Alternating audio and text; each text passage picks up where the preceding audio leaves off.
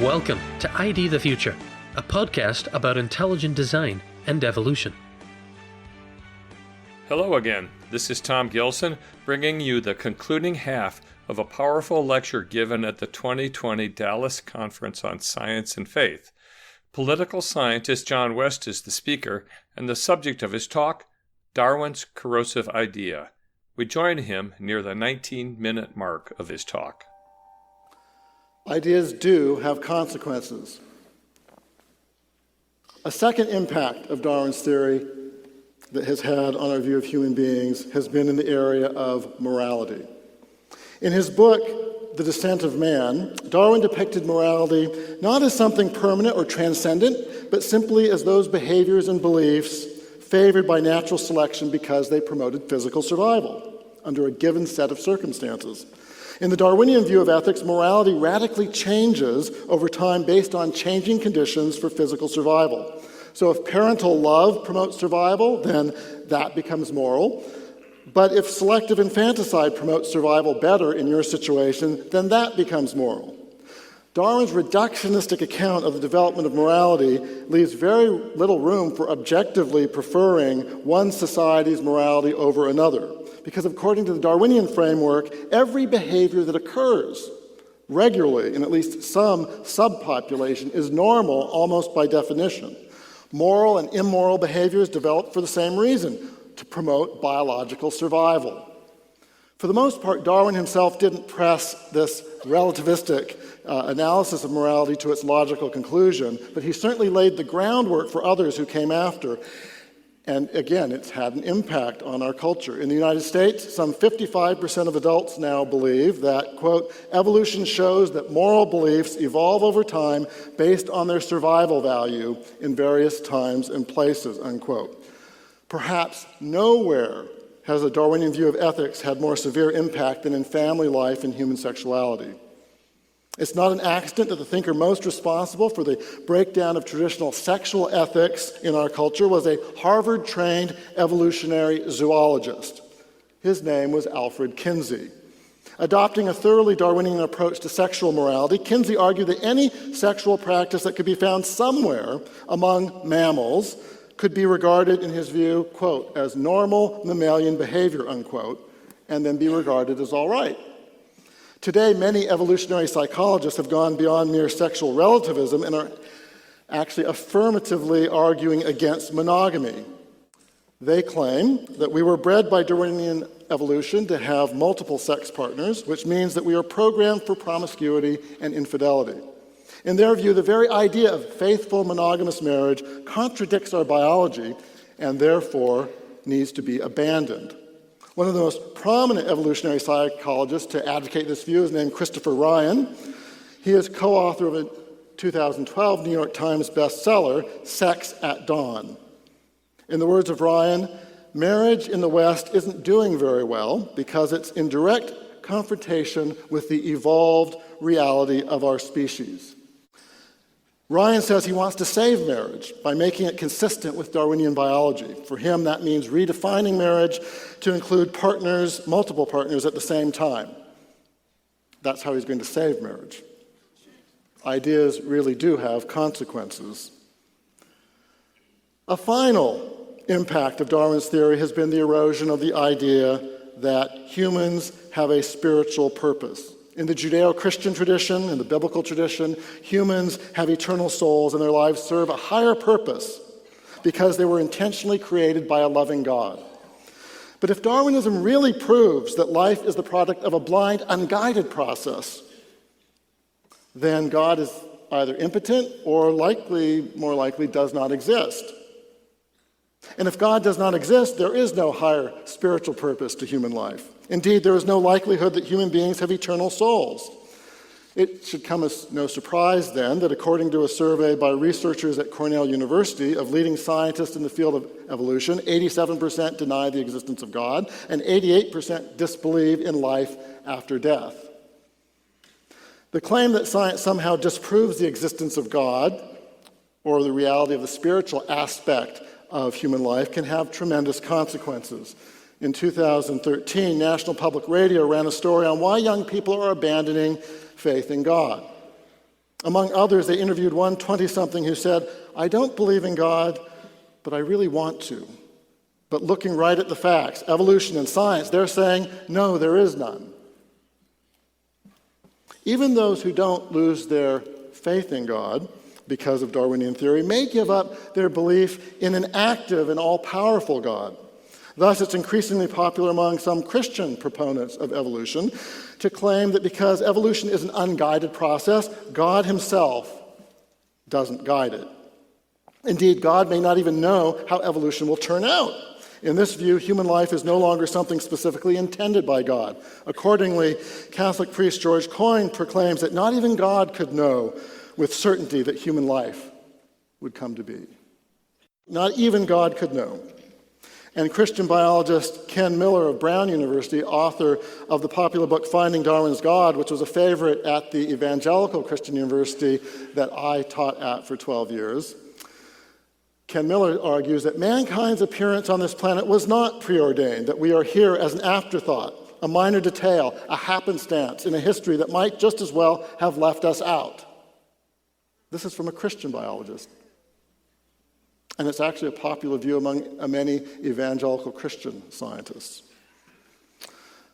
The message of secular Darwinists, on the other hand, is that science shows that the spiritual side of life is a complete myth. You can believe God if you want to, but it's tantamount to a fairy story.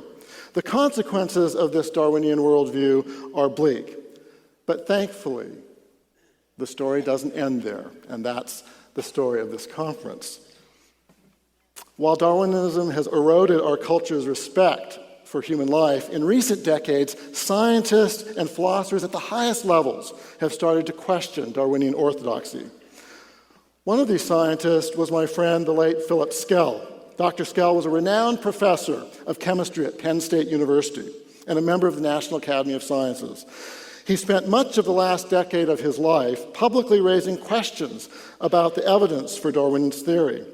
He wrote that Darwinian evolution has functioned more as a philosophical belief system than as a testable scientific hypothesis. This quasi-religious function of the theory is why many scientists make public statements about the theory that they would not defend privately to other scientists. Then there's atheist philosopher Thomas Nagel, who in 2012 published a book with Oxford University Press titled Mind and Cosmos, Why the Materialist Neo-Darwinian Conception of Nature is Almost Certainly False. To be sure, Nagel is actually still an atheist, but after examining the evidence, he has become completely unpersuaded that Darwinian explanations for mind, morality, and life itself hold water. Indeed, he derides Darwinism as, in his view, quote, a heroic triumph of ideological theory over common sense, unquote. And he concludes that the Darwinian worldview is ripe for displacement. But it's not just that scientists and philosophers are now questioning Darwin's theory as never before. Science itself is revealing stunning evidence that life is the product of intelligent design rather than an unguided process, which we'll be teasing out for this whole day. Science has been shedding light on how humans are truly special in this cosmos. One of my colleagues at Discovery Institute is Australian biologist Michael Denton. Michael has both an MD from Bristol University and a PhD in biochemistry from King's College in London. His research into retinal disease led to the identification of the gene used in the first successful gene therapy trial at Moorfields Eye Hospital in London. Michael has increased my sense of wonder about both our universe and ourselves. He writes about how our world is exquisitely fine-tuned for life to exist in ways that go far beyond what chance processes could create. For example, everyone in this room right now is breathing oxygen. We likely take that for granted. Here's just a little taste of why you shouldn't. As you're sitting there, you're breathing there, relaxing, you're using up 250 mils of oxygen every minute. It's incredible. That's the amount of oxygen you need to maintain your energy levels. And you need about 20% or so oxygen in the atmosphere to get sufficient to feed your metabolic needs. The problem with needing so much oxygen in the atmosphere is that oxygen is dangerous because it's so reactive. If you have too much of it in the atmosphere, you can have spontaneous combustion. Fortunately, the form of oxygen prevalent in our lower atmosphere is diatomic. That means two atoms of oxygen typically combine together into a molecule. Diatomic oxygen happens to be much less reactive so long as the temperature is below 50 degrees centigrade or 122 degrees Fahrenheit.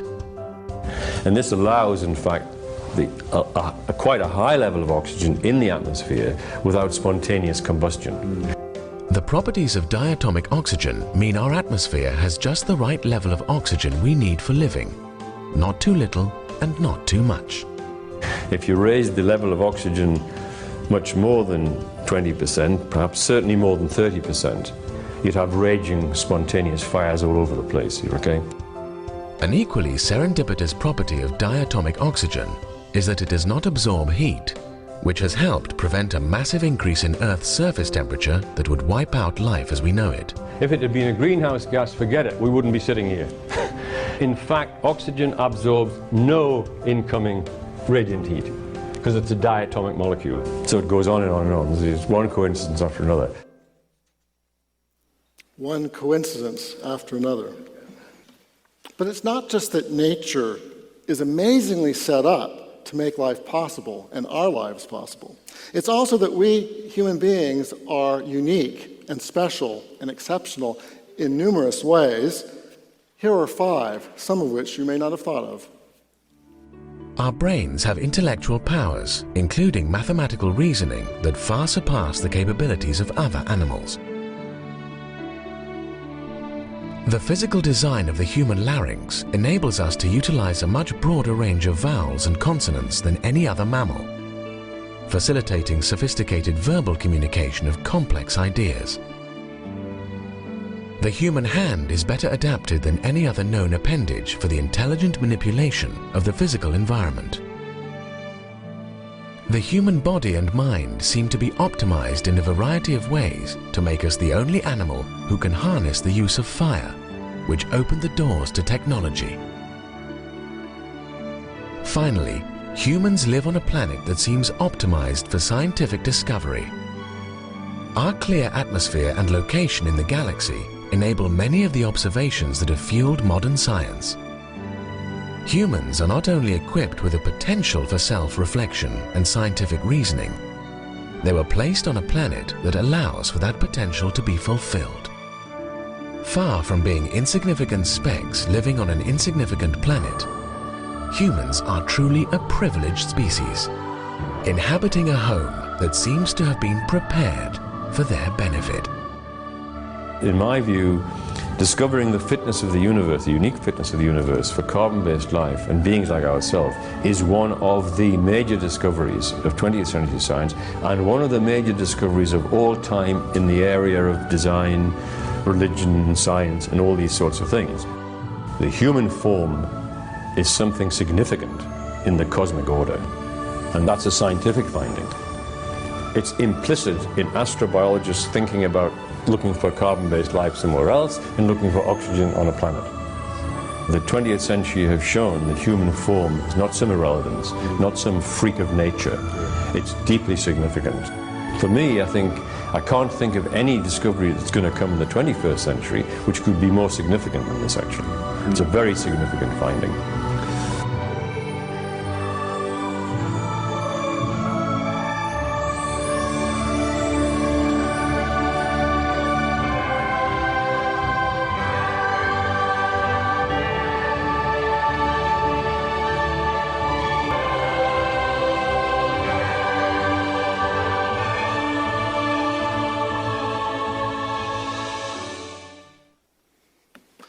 I love that what Darwinian science tried to take away from humanity, new discoveries in the sciences have been restoring.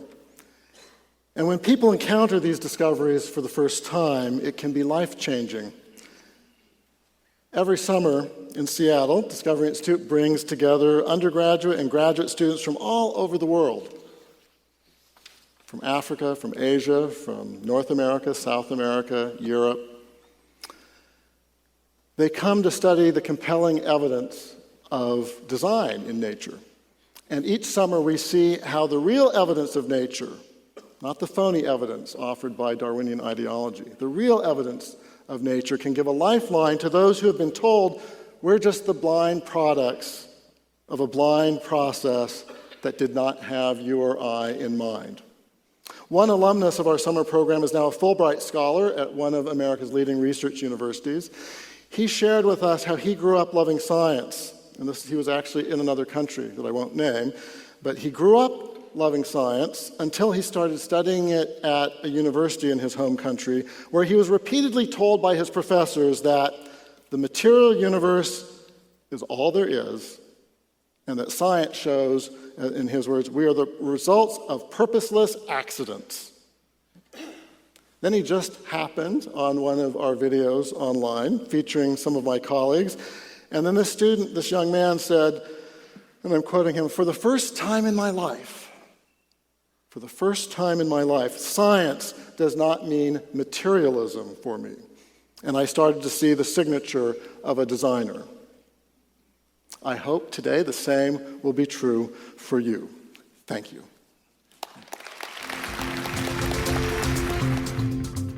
That was John West, Senior Fellow and Associate Director of Discovery Institute's Center for Science and Culture. To delve deeper into the ideas he laid out in his talk, get his book Darwin Day in America, available at Amazon, or check out his documentary film Human Zoos, winner of multiple film festival awards, and now with over 500,000 views on YouTube. Just search YouTube for Human Zoos, or go to humanzoos.org. For ID of the Future, this has been Tom Gilson. Thanks for listening. This program was recorded by Discovery Institute's Center for Science and Culture. ID the Future is copyright Discovery Institute. For more information, visit intelligentdesign.org and idthefuture.com.